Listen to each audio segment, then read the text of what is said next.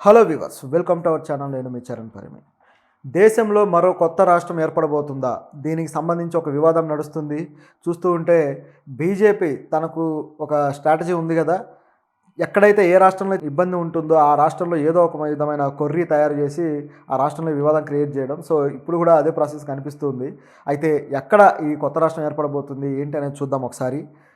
ముఖ్యంగా మన దేశంలో గత లాస్ట్ టైం ఒక రాష్ట్రాలు విడిపోయింది అంటే మన ఏపీ మాత్రమే. ఏపీ, తెలంగాణ 2014లో వీటి విభజన జరిగింది. ఇంక తర్వాత మరే రాష్ట్రాలు కూడా ఆ విధంగా విడిపోలేదు. అంతకు ముందే చూసుకుంటే జార్ఖండ్, బీహార్ నుంచి విడిపోవడం కావచ్చు, అలాగే ఉత్తరాఖండ్, తర్వాత ఛత్తీస్గఢ్, ఇట్లా అన్నీ విడిపోవడం ఇదంతా మనం చూసాం. సో ఇట్లా కొన్ని రాష్ట్రాలు అవి పరిపాలనా సౌలభ్యం కోసము అక్కడ అభివృద్ధి లేదు కాబట్టి ఆ విధంగా విడిపోయి మొత్తానికి ఆ రాష్ట్ర ప్రజల డిమాండ్ మేరకి ఆ విధంగా విడిపోయిన పరిస్థితి ఉంది. అయితే ఇప్పుడు పశ్చిమ బెంగాల్ని విభజించాలి. పశ్చిమ బెంగాల్ని ఇంతకుముందు అయితే ఆల్రెడీ పశ్చిమ బెంగాల్ ఒకసారి విడిపోయింది. పశ్చిమ బెంగాల్కి పెద్ద చరిత్రే ఉంది ఈ విడిపోవడం విషయంలో. ఇది మళ్ళీ మరొకసారి అనమాట. ఈ విధంగా దీన్ని డిమాండ్ తీసుకొచ్చింది ఎవరంటే బీజేపీ కేంద్ర మంత్రి, విద్యాశాఖ మంత్రి ఆయన తీసుకొచ్చాడు, సుకాంత్ మజుందార్. సో ఈయన ఎందుకు ఈ విధంగా చేశాడు, దీనివల్ల ఏమొస్తుంది ఏంటనేది ఒకసారి చూద్దాం. బెంగాల్, పశ్చిమ బెంగాల్ మన భారత స్వాతంత్రోద్యమంలో అత్యంత ముఖ్యమైన స్టేట్ అనమాట. నిజానికి దేశ పరిపాలన గతంలో అయితే మొఘల్స్ కాలంలో ఢిల్లీ నుంచి జరిగితే, బ్రిటిషర్స్ వచ్చిన తర్వాత వీళ్ళ పరిపాలన వచ్చేసి బెంగాల్ నుంచి జరిగింది, కలకత్తా నుంచి. సో కలకత్తాలో క్వీన్ విక్టోరియా మహల్ చాలా ఫేమస్, ఆ మెమోరియల్ అది మీరు చూసే ఉండొచ్చు. బ్రిటిషర్స్ పరిపాలనకు సంబంధించి అత్యంత అద్భుతమైన కట్టడాలు కూడా అక్కడే ఉన్నాయి. సో అక్కడి నుంచి వీళ్ళు పరిపాలిస్తూ వచ్చారు ఎన్నో ఏళ్ళుగా. అయితే ఆ టైంలో బెంగాల్ చాలా పెద్దగా ఉండేది. ఒరిస్సాలోని కొన్ని ప్రాంతాలు, అలాగే సిక్కిం నుంచి కొన్ని ప్రాంతాలు, ఈ విధంగా కొంత మిక్స్ ఉండేదన్నమాట. సో ఈ విధంగా వచ్చింది కాబట్టి దీన్ని రెండు కూడా ఇప్పుడు బంగ్లాదేశ్ కూడా ఇప్పుడు ఉన్న బెంగాల్లో భాగమే గతంలో. సో ఇట్లా ఒక పెద్ద రాష్ట్రంగా ఉండేది. ముస్లింలు ఎక్కువగా ఉండే ప్రాంతం అయితే ఆ ఈస్ట్ ప్రాంతం ఉండేది. అలాగే ఇటువైపు అయితే అన్ని వర్గాల వారు, ఒరియా వాళ్ళు, వీళ్ళంతా కూడా మిక్స్ అయ్యి ఉండేవాళ్ళు. సో ఇది పద్ధతి. అయితే ఆ టైంలో లార్డ్ కర్జన్ ఇంత పెద్ద రాష్ట్రంగా ఉంది, దీన్ని పరిపాలించడం కష్టంగా ఉంది, దీన్ని విడదీస్తే బాగుంటుంది అని చెప్పేసి ఒక ప్రతిపాదన వచ్చింది. అలా వచ్చి 1904లో దీన్ని ఒక కమిటీ వేసుకొని దీన్ని విభజిద్దామని చెప్పి డిసైడ్ అయ్యారు. 1905లో బెంగాల్ విభజన జరిగింది. అక్టోబర్ 16 అనుకుంటాను, ఐ థింక్ ఆ టైంలో జరిగింది. జరగగానే ఉన్నట్టుండి ఈ బెంగాల్ విభజనకు వ్యతిరేకంగా మన దేశంలో వచ్చిన అత్యంత అద్భుతమైన ఉద్యమమే వందే మాతరం ఉద్యమం. సో అది వందే మాతరం అని నినాదం చేస్తూ, అట్లాగే ఈ ఉద్యమం దీన్ని అరికట్టు ఎలాగైనా సరే మళ్ళీ బెంగాల్ని కలిపేయాలి అని చెప్పేసి పెద్ద ఉద్యమం జరిగింది. సో ఆ ఉద్యమం తర్వాత తీవ్ర రూపం దాల్చడము, అనేక మంది నాయకుల్ని పుట్టించడం, ఇదంతా మనం చూసాం. అసలు దీన్ని విభజించడానికి బ్రిటిషర్స్ కారణం కూడా ఈ కేవలం పరిపాలన సౌలభ్యం గురించి కాదు. వాళ్ళ కారణం ఏంటంటే ఈ బెంగాల్లోనే ఈ జాతీయోద్యమ నాయకులు, సీనియర్ నాయకులు వీళ్ళందరూ కూడా కలిసికట్టుగా ఇక్కడ ఉన్నారు కాబట్టి దీన్ని విభజించడం ద్వారా ఆ నాయకుల ఐక్యతను దెబ్బతీయచ్చు, అలాగే ప్రజల ఐక్యతను కూడా దెబ్బతీయచ్చు. సాంస్కృతికంగా రెండు వేరు ప్రాంతాలు. ఇప్పుడు ఈస్ట్ ప్రాంతం అయితే ఎక్కువ ముస్లిమ్స్ ఉన్నారు, అదేవిధంగా ఇటువైపు అయితే వెస్ట్ ప్రాంతం అయితే బెంగాలీలు, అలాగే ఇతర ప్రాంతాల వాళ్ళు ఉన్నారు. ఇట్లా దీన్ని విభజించిన తర్వాత ఆ సాంస్కృతికంగా విరిగిపోతుంది. సో వీళ్ళందరూ కలిసి పోరాటంలో స్ఫూర్తి పొందే అవకాశం ఉండదు, లీడర్స్ను కూడా విభజించినట్టు ఉంటుంది అని చెప్పేసి వీళ్ళు ఆలోచించారు. అయితే అది పెద్దగా పారలేదు. దాన్ని విభజించడం, మళ్ళీ కలపడం అంతా గందరగోళం చేసి పడేశారు. ఈ తరువాత మళ్ళీ స్వాతంత్రం వచ్చేసింది. స్వాతంత్రం టైంలో ఇక ఇండియా పాకిస్తాన్ విడిపోవడం జరిగింది. ఈ ఇండియా పాకిస్తాన్ విడిపోయిన టైంలో బెంగాల్లోని ఈ ఈస్ట్ ముక్క ఏదైతే ఉందో ఇది పాకిస్తాన్లో కలిసిపోయింది. సో ఆ విధంగా విడగొట్టారనమాట. వాళ్ళు అప్పుడు అనుకున్న పని ఇప్పుడు జరిగింది. అలా దేశాన్ని విభజించు పాలించు అనే వాళ్ళ కాన్సెప్ట్ ప్రకారం విభజించారు, మొత్తానికి వెళ్ళిపోయారు. సో వాళ్ళ పరిపాలన వరకు వాళ్ళు చేసుకొని ఈ విడిపోయిన ఏదైతే పార్ట్ ఉందో ఈ పార్ట్ తర్వాత వివక్షకు గురవడము, ఇందులో ఎక్కువగా బెంగాలీలు ఉన్నారు కాబట్టి, ఈ ముస్లింలు కూడా అంతా బెంగాల్ ఆరిజిన్ నుంచి వచ్చిన వాళ్ళే కాబట్టి, సో ఇక్కడ కొంత వివక్ష ఏర్పడి వీళ్ళని సెకండ్ గ్రేడ్ పీపుల్గా పాకిస్తాన్ చూడడం ఇదంతా జరిగిన తర్వాత చివరికి వాళ్ళు 1971లో పెద్ద ఉద్యమంగా మారి బంగ్లాదేశ్ లిబరేషన్ వార్గా ఇది తయారయ్యి, అందులో కూడా ఇండియా బంగ్లాదేశ్ లిబరేషన్ కోసం ఇండియా సపోర్ట్ ఇచ్చి మొత్తానికి దాన్ని విభజించడం జరిగింది. ఆ విధంగా బంగ్లాదేశ్ ఏర్పడింది. సో ఇప్పుడు బెంగాల్ ఉన్న రాష్ట్రం రెండు రాష్ట్రాలుగా, ఇప్పుడు ఒకటి వచ్చేసి బంగ్లాదేశ్ దేశంగా ఉంది, ఇటువైపు పశ్చిమ బెంగాల్ వచ్చేసి మనకి వెస్ట్ బెంగాల్గా మనం పిలుస్తూ వస్తున్నాం. ఇది జరిగింది.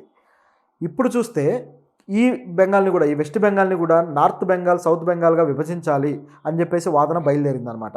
నిజానికి ఈ నార్త్ బెంగాల్ వాళ్ళు, సౌత్ బెంగాల్లో కొంతమంది పీపుల్ ఇది కోరుకుంటున్నారు. ఎందుకంటే వాళ్ళ అభివృద్ధి విషయంలో కావచ్చు, కొన్ని విషయాలు మరీ ఎక్కువగా రాజకీయ ఉద్యమంగా ఇది మారిన పరిస్థితి అయితే ఇప్పటిదాకా లేదు. కానీ దీన్ని రాజకీయ ఉద్యమంగా మార్చి నెక్స్ట్ రాబోయే ఎలక్షన్స్లో ఉపయోగించుకునే విధంగా బీజేపీ ప్లాన్ చేస్తున్నట్టుగా మనకు కనిపిస్తుంది. ఎందుకంటే ఇప్పుడు దీన్ని విభజించాల్సిన ఉద్యమం కానీ ఏ పరిస్థితి కానీ లేనప్పుడు దీన్ని ఎందుకు విభజించడం? బీజేపీ మంత్రి సడన్గా దీన్ని ఎందుకు తీసుకొచ్చాడు?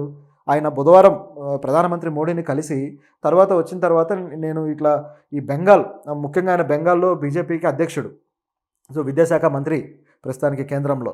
సో ఈయన మోడీని కలిసి వచ్చిన తర్వాత నేను మోడీ దగ్గర దీని గురించి ప్రస్తావించాను. బెంగాల్ని నార్త్ బెంగాల్, సౌత్ బెంగాల్గా విభజించాలి అని చెప్పి మాట్లాడాను. అలా విభజించడం వల్ల బెంగాల్కి ఎంతో మేలు జరిగే అవకాశం ఉంది. ముఖ్యంగా సాంస్కృతికంగా కావచ్చు, అలాగే పరిపాలనా సౌలభ్యం విషయంలో కావచ్చు, ఈ విధంగా చాలా మేలు జరుగుతుందని చెప్పేసి ఆయన చెప్పడం మొదలుపెట్టాడు. అసలు ఇక్కడ లాజిక్ ఏంటనేది గమనిస్తే ఆయన ఉద్దేశం అది కాదు.